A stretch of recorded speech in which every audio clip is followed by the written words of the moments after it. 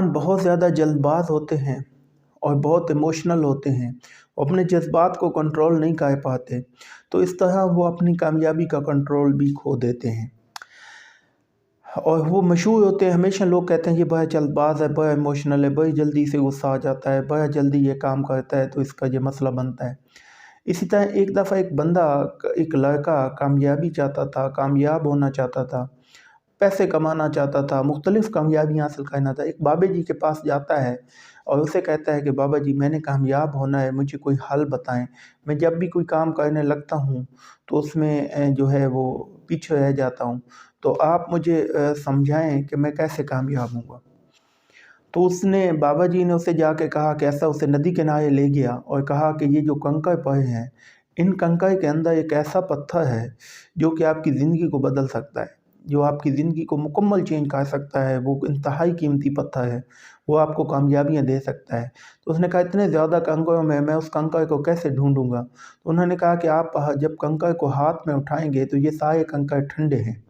جب کامیابی والا کنکر جو ہے، جو قیمتی پتھر ہے، وہ جب ہاتھ میں آئے گا تو وہ اس کی خاصیت یہ ہے کہ وہ گرم ہوگا، اس میں ہیٹ ہوگی، تو آپ اس کو اس طریقے سے پہچان لیں گے۔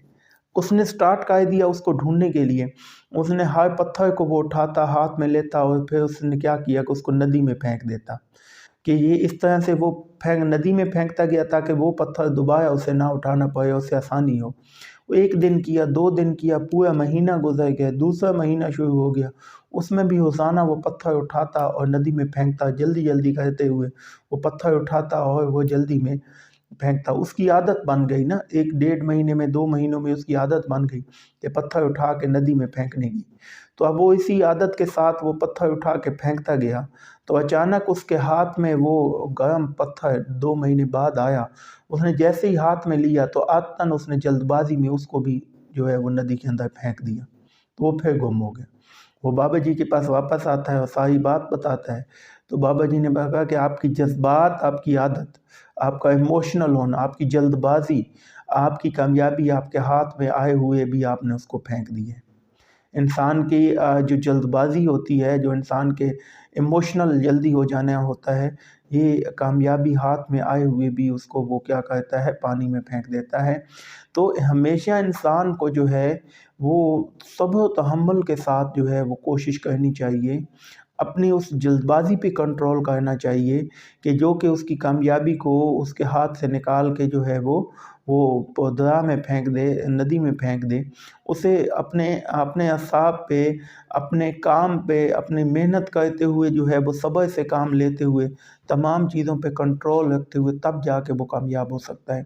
ورنہ جو جلد باز انسان ہوتا ہے، وہ جلد بازی اس کی پھر عادت بن جاتی ہے،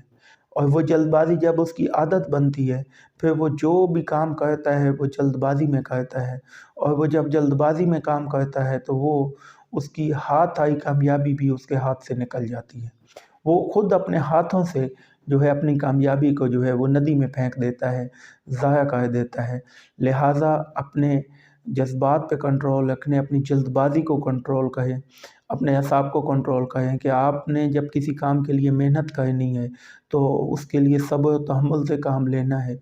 صبر کرنا ہے، انتظار کرنا ہے، اللہ تعالیٰ پہ پکا یقین رکھنا ہے۔ صبر کریں گے، جلد بازی سے کام نہیں لیں گے، مسلسل محنت کریں گے، اللہ پہ پکا یقین رکھیں گے، تو اللہ تعالیٰ آپ کو ہر صورت میں جو ہے وہ کامیابی عطا فرمائے گا۔